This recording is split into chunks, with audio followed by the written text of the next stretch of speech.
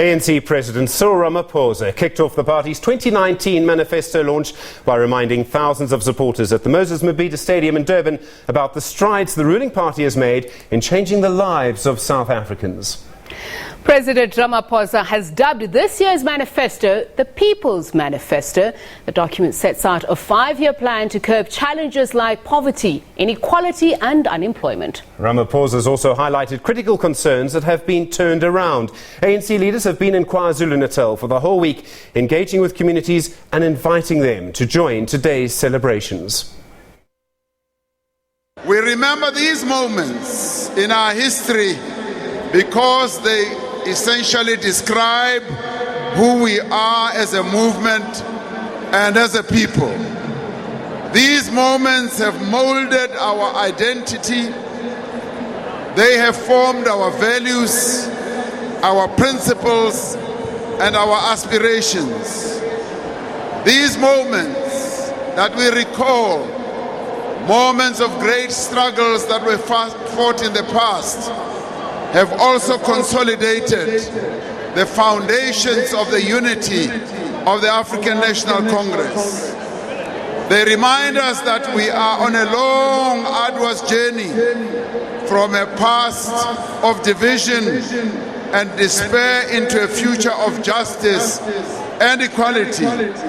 They remind us of the responsibility we all share to complete that journey, no matter how long, no matter how difficult, and no matter how perilous. So sticking with the big event of the day, the launch of the ANC's election manifesto and the release of the ANC National Executive Committee's January 8th statement, you will have watched the event playing out from the Moses Mabhida Stadium. You'll see more of that speech by President Ramaphosa through the evening here on SABC News. But there was a focus on the economy, jobs, and of course one of the big national conversations of the moment about land and the expropriation of land without compensation. The national chair of the African National Congress is Gwede Mantashe. He is also, of course, the Minister of Mineral Resources. Minister, good evening and welcome to SABC News. Good evening, Stephen. What is SG? I think some people perhaps look at you as the SG for some reason still, sir. You were on the stage this afternoon to see how the crowd responded to both President Cyril Ramaphosa and the rest of the ANC leadership. Were you pleased with how people responded to the President today? The first thing that you must remember, Stephen, a year ago, KZN was seen as one of the provinces of the ANC that were going through a difficult period. The fact that they packed Moses Mabida today is testimony that we're overcoming all the problems and divisions in KZN. KZN is on an upward trend and it is actually having a momentum that must just be maintained and sustained. Otherwise, we're quite happy with the attendance and the response of the crowd. Some of the reports, I don't know if you'll label them mischievous, sir, but some of the reports suggested that the crowd responded more to former President Jacob Zuma. Did he get a better cheer than President Ramaphosa, or was that just people being mischievous? No, that's mischief. People would like to see a president being propped up by the past president. The past president must attend ANC activities. Would have loved to see President Mbeki there and President Mutande there. They must all come to ANC activities. But the reality of the matter is, when we're going to Moses Mabhida, others predicted heckling and booing down, and we didn't see nothing of that. People responded, behaved, and listened very carefully to the content of the manifesto, which was quite clearly high-quality content of the manifesto. Well, let's talk a little bit about that manifesto if we can now, Minister. You want to grow the economy, big focus on that. You want to get investment to do that. What plans do you have to get that investment? How will you get people to invest the 1.2 trillion rand in our economy over 5 years that you're talking about? One time, Stephen, I reminded my comrades in the ANC that, you remember, under President Mbeki, there was a policy that was very unpopular called GEAR.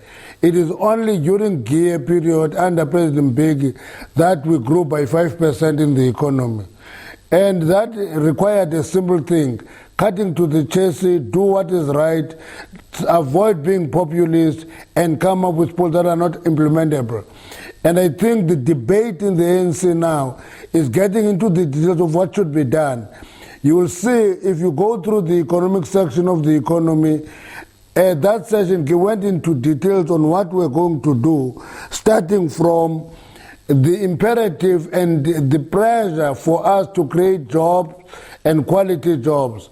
And what I like about that formulation is that it starts with more jobs and then it talks about decent jobs. The reality of the matter is that we must get more South Africans to a workplace, then improve the quality of that job to quality job. And sometimes we have a myth that we can have a guarantee of quality job from home and you walk into the workplace with a guarantee of quality job.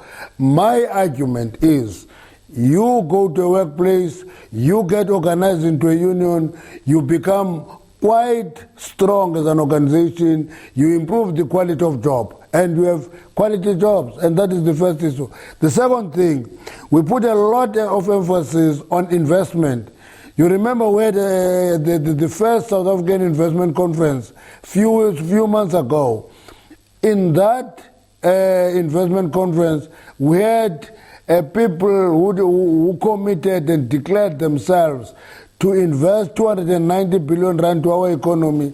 Our job now is to follow it through to every company that made a pledge. If Anglo-American, for example, said they will invest 71 billion rand and it is in mining, I have a responsibility as president given that responsibility to go to them and say, where are you going to invest that 71 billion, and have a discussion on that. Every person with a responsibility in a sector will have to do that one by one. So in other words, as we deal with macroeconomic problems, we must also do a lot of work at micro level so that we intervene at sector level and at company level. I mean, a lot of people will be listening to you and thinking that's exactly what the ANC should be doing, what the government should be doing. A part of that is also about the civil service. And the manifesto talks about the civil service at some length, making sure that people get the service from civil servants that they should get. That means surely you'll have to take on the unions, COSATU, a union, a movement that you have had a long affiliation with. You'll have to make sure that government workers actually do what they're supposed to do. Politically, are you going to be able to make that happen, to do that? Stephen, one of the admissions that we've made, particularly in the January 8th statement, is that we're coming from a very difficult period. Particularly the last 5 years were particularly difficult and complex for us. Now, as we come out of that period, one of the issues that we must correct is that once there is a crisis at a government level, at a political level, civil servants take an advantage of that and do all sorts of things. As we're beginning to tighten at the level of political leadership in government, we have the capacity and the ability to deal with the bureaucracy that is deviating. You are beginning to see examples of that where civil servants who are doing what they should not be doing, beginning to be taken to disciplinary committees, charged, many expelled, and others get arrested in the process. The more we do that, the more we can clean the government and have a responsive civil service. My experience, Stephen, is that in the public service, you have a number of professionals, good qualification, skills profile at the right level, but they need leadership that will force them to deliver quality service using the skills that are there. Because the qualification on its own doesn't deliver. The person who has acquired the qualification must deliver. Minister, we really are beginning to run out of time, but I do need to talk about land. Your manifesto mentions land, the expropriation of land. It may seem, considering where the national debate is, almost moderate language coming from your January 8th statement today. Do you think people are going to vote for your promise of land reform compared to, say, what the economic freedom fighters are going to promise on land reform? You see, that is why there is freedom of association in South Africa, is that people must listen to the content or they must listen to the rhetoric. We're giving them content, practical implementation of a program of accessing land, not as a rhetoric, but practically, and ensure that that land is kept productive, whether it is urban land or rural land. We are not just delivering land because people are given a bonus. Land is delivered for purpose of a production of that land as a factor of production. And therefore, that is what we're talking to as the ANC, that land must be expropriated without compensation, distributed for production purposes, not only food production, for also commercial production. And if we can have that right, engage people as we move on, we are going to find the formula easily. And Minister, I mean, the ANC in a way occupies, I think you could say safely, the broad middle ground of South African politics. And what that means is that while that's probably correctly the right place to occupy, you also come under attack from all different sides. We've seen the launch of yet a sort of boost to yet another smaller party this week. You've spent the last week campaigning in KwaZulu-Natal. From an electoral point of view, it's a hugely important province for the ANC. Do you think you've done enough to make sure that the voters in ANC come out in their numbers for the African National Congress in May? Actually, we're beginning to mobilize people to come and listen to the manifesto. We are going to come up in a big way to campaign. But what is important, Stephen, as we come out of the rot, many people were part of us who were actually comfortable and beneficiaries of the rot are beginning to run out. I'm a mine worker. If you go underground and you see rats running all directions, you don't ask what is happening. All you do is to run after that rat because they are actually suffocated by methane. Cleaning the ANC and dealing with corruption and state capture is actually suffocating a number of beneficiaries of that bad practice. And you'll see them forming one type of a Mickey Mouse party and another Mickey Mouse party. But the reality of the matter is that beneficiaries of corruption and state capture are getting suffocated. They're running out of the ANC. And that the more they run out, the better, so that the ANC can be back to the ANC that represent particular values and traditions. And people will begin to have more confidence in it, as the surveys are beginning to indicate. It seems if you go through the manifesto, if you go through the official NEC document, I mean, a lot of what is mentioned there, people talking about health, about the economy, about jobs, of course, but it is the kind of issues we see represented in the media, on social media as well, on a daily basis. You must have done a fair amount of research to draft up this manifesto. I don't know if you did it through polling or through your branches or just through your members. How much research did you do in drawing up this manifesto to make sure it speaks to what you believe voters want? It's a combination of all that. You know, as we're moving up and down of the province, I can tell you one of the issues that is beginning to come through is the question of us being called upon to have a handle on the question of foreign nationals moving freely in South Africa, taking away opportunities, taking opportunity to create jobs. And if we don't address that issue, we will not be knowing what we're doing. The question of violence against women and children is a major issue. We deal with that every day. If we don't talk to that issue and try to commit ourselves to doing it, we are not serious about life.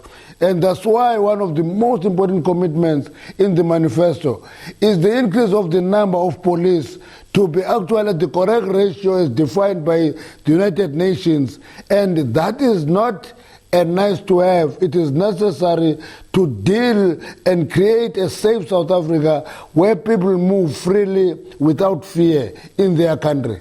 Minister, thank you so much for your time on SABC News. Lovely to chat to you again. I'm sure as the election campaign gets going, we'll be speaking to you more and more. So thank you. Minister Gwede Mantashe is the Minister of Mineral Resources, but speaking here, of course, wearing the hat of his position as the ANC chair, the chair of the African National Congress, looking back at the launch of the ANC Manifesto at the Moses Mabhida Stadium today. Tsepiso Mokwetla joins you now.